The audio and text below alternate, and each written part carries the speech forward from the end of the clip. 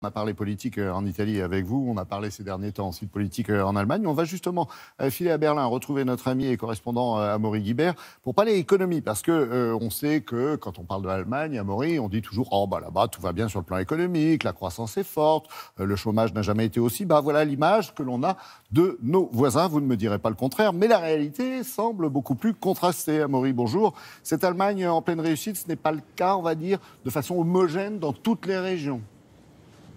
Ouais, bonjour Laurent, bonjour à tous. Effectivement, je vais vous présenter aujourd'hui l'envers du décor finalement de cette réussite économique allemande. C'est une réalité que l'on observe régulièrement et pas plus tard que la semaine dernière lors de la présentation des chiffres mensuels du chômage. Le taux de chômage en Allemagne est de 5,7%, il est très bas, c'est quasiment le plein emploi. Mais bien sûr, c'est un chiffre et une moyenne nationale et ça cache des réalités beaucoup plus contrastées en fonction des régions et notamment à l'est de l'Allemagne. Là, on atteint des taux qui sont parfois le double de la moyenne nationale, 10, 11, 12%.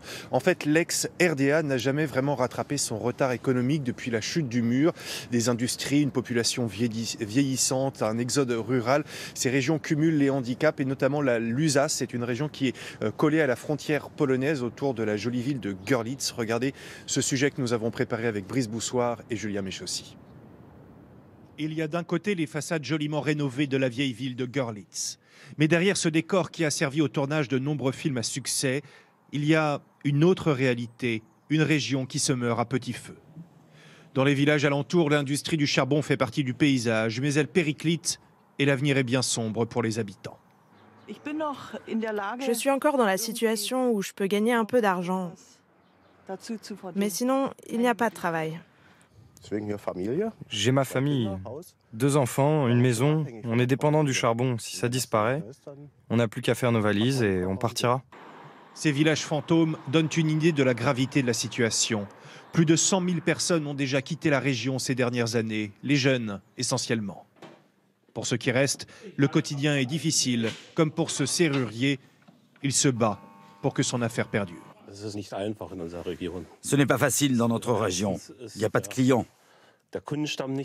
Les prix sont au plus bas. Et les jeunes sont partis. Et maintenant, on ne trouve plus de personnel qualifié. Comme si cela ne suffisait pas, les plus grandes entreprises de la région sont aussi sur le départ. Des milliers d'emplois sont menacés. La crise est profonde, alors les autorités régionales tentent le tout pour le tout. Nous voulons créer des zones franches spéciales pendant 4-5 ans pour attirer de nouvelles entreprises.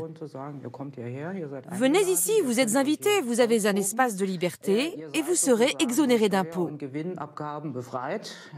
Cela va-t-il suffire à redynamiser l'économie locale? À l'est de l'Allemagne, la population a de plus en plus le sentiment d'être à la marge de la réussite du reste du pays. Eh ben alors, dites-nous, Amaury, que fait Berlin pour ces régions en difficulté ? Alors l'Allemagne étant un pays fédéral, c'est d'abord les régions qui doivent agir, les Länder. Alors il y a en Allemagne un système de compensation.